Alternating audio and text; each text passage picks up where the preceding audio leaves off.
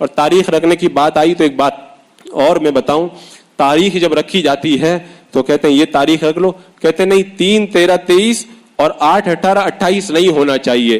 یعنی قرآن مقدس احادیث نبویہ کے اندر نہیں منع کیا کہ ہمارے باپ دادا منع کرتے تھے.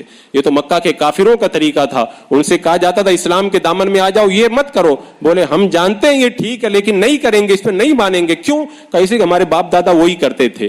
باپ دادا کی اندھی تقلید کرنا یہ طریقہ مسلمانوں کا نہیں ہے، یہ کافروں کا طریقہ ہے.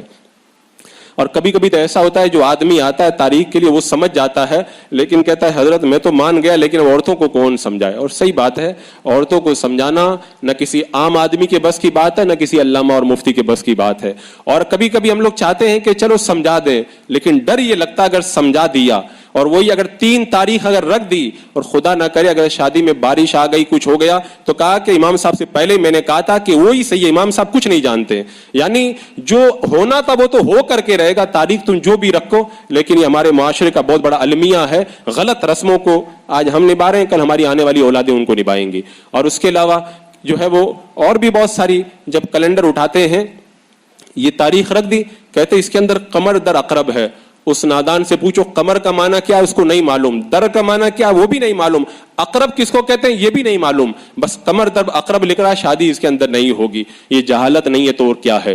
اسی لیے ابھی جو چند سالوں سے ہمارے یہاں سے جو کیلنڈر چھپ رہا ہے میں نے سختی سے منع کر دیا ہے کہ ہمارے کیلنڈر کے اندر قمر در عقرب نہیں رہے گا، سارے قمر در عقرب ہٹا دیے جائیں. یہ قمر در عقرب تو ان نجومیوں کے ڈھکوسلے ہیں اور ان ڈھکوسلوں کو لے کر کے ہماری قوم جو ہے وہ گمراہیت کا شکار ہو رہی ہے.